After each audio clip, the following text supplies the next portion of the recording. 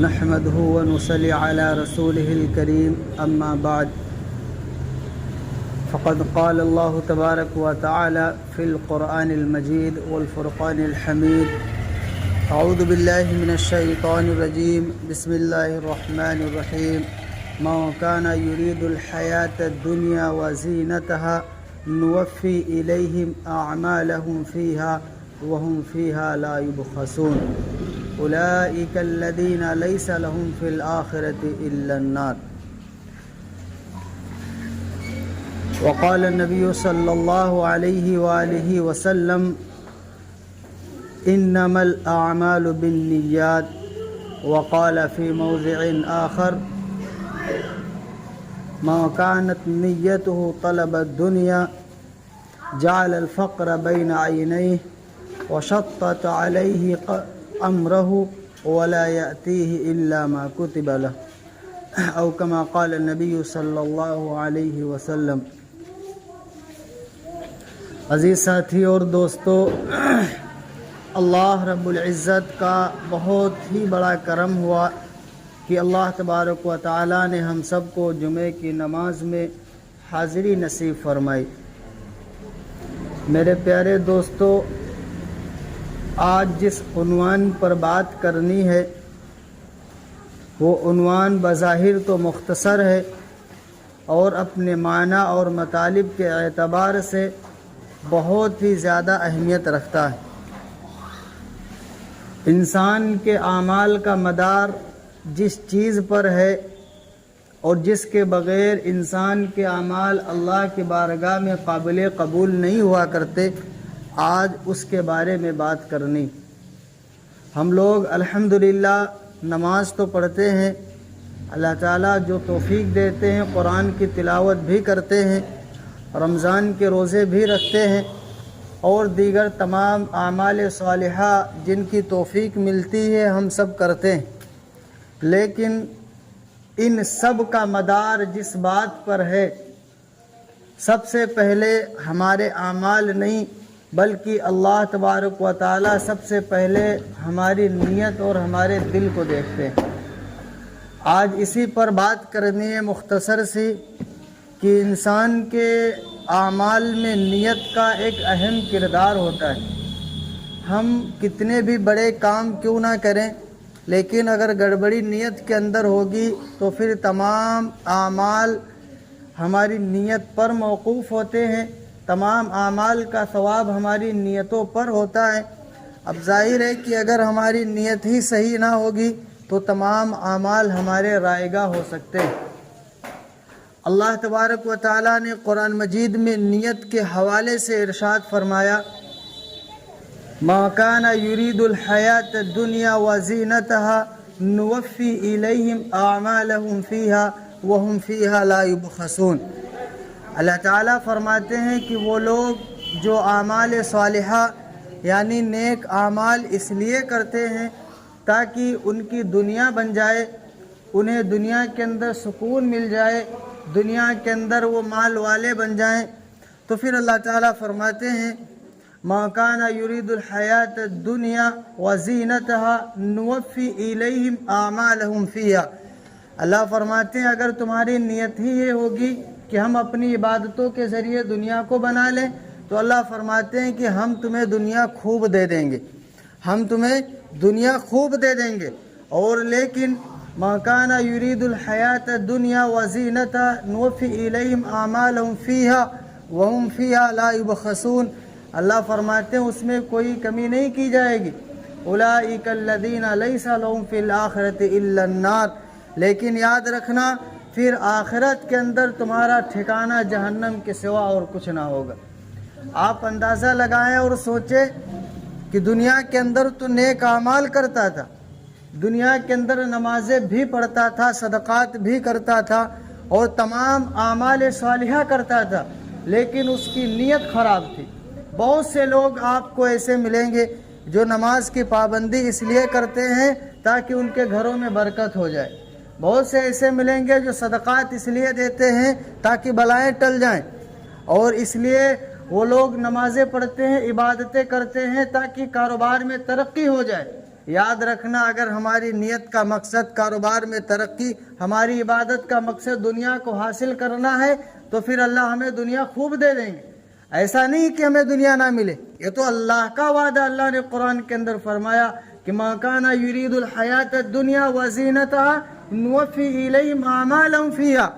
اگر تم اس لیے نمازیں پڑھو گے تاکہ تمہاری دنیا بن جائے، ایک دکان تھی تمہارے پاس 2 دکانیں ہو جائیں، آپ پھیری کیا کرتے تھے اور آپ ٹھیکیدار بن جائیں، آپ کے پاس تھوڑا سا کاروبار تھا اس سے زیادہ آپ کا کاروبار بڑھ جائے، اگر آپ کی نیت کے اندر یہ ہے اس لیے آپ جمعہ پڑھتے ہیں، فجر کی نماز آپ اس لیے آتے ہیں تاکہ پورا دن آپ کا کاروبار چلتا رہے، ظہر عصر مغرب و عشاء کی آپ پابندی اس لیے کرتے ہیں تاکہ آپ کے کاروبار میں خسارہ نہ ہو، تو یاد رکھنا اگر ہماری نیت کے اندر اس طرح کی گڑبڑی ہے تو یہ میں نہیں بلکہ اللہ تبارک و تعالی جو ساری کائنات کے خالق و مالک ہے، اللہ نے فرمایا، اور پھر قرآن کے اندر فرمایا وہ کتاب جو ہمیشہ پڑھی جانے والی ہے، وہ کتاب جو آج بھی آپ پڑھیں گے اور قیامت تک اس کی تلاوت ہوتی رہے گی، جب جب بندہ پڑھتا جائے گا اور اس آیت پر پہنچے گا تو اسے پتہ چلے گا کہ ما کان یرید الحیات الدنیا وزینتہا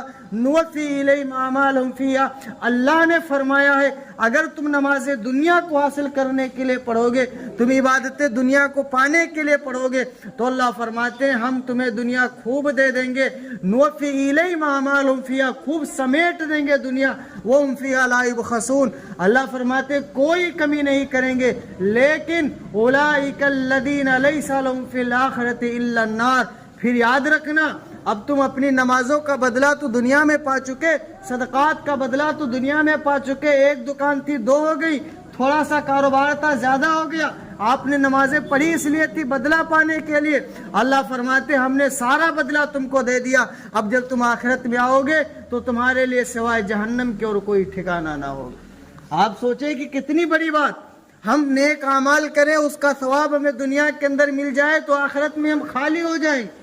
پھر ہم آخرت میں اس کا بدلہ نہیں پا سکتے، اور وہ آخرت جہاں پر ہم سب کو نیکیوں کی ضرورت ہوگی وہاں پر ہمارا پلڑا خالی ہو جائے تو پھر ہم کہاں کے رہ جائیں، ہم کہاں چلے جائیں گے۔ تو اس لیے دنیا کے اندر جو لوگ اعمال دنیا کو حاصل کرنے کے لیے کرتے ہیں تو ان کی دنیا بن جائے گی لیکن آخرت بگڑ جائے گی، پھر ایک ہی چیز بنے گی۔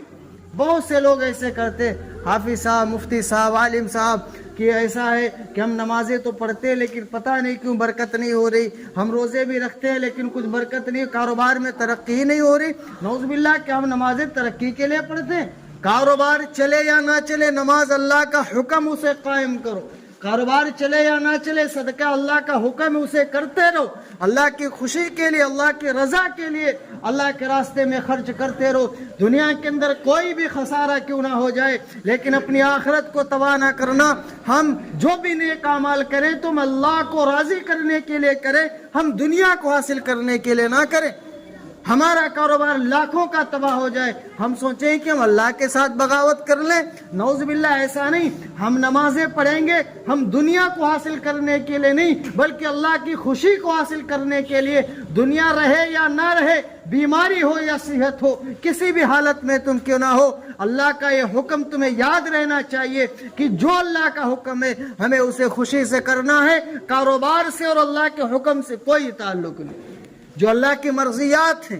جو اللہ کے احکام ہیں، دین شریعت کے جو احکامات ہیں، ہمیں ان احکاموں پہ عمل کرنا ہے، ہم کاروبار سے اس کو ہٹا لیں۔ ایسا نہیں کہ ہمارے پاس شہرت ہوگی، دولت ہوگی تو ہم عبادتیں کریں گے، نہیں ہوگی تو نہیں کریں گے، نہ، بلکہ کچھ بھی ہو یا نہ ہو ہمیں اللہ کو راضی کرنے کے لیے اللہ تعالیٰ کے سامنے جھکنا اور گریہ وزاری کرتے رہنا ضروری۔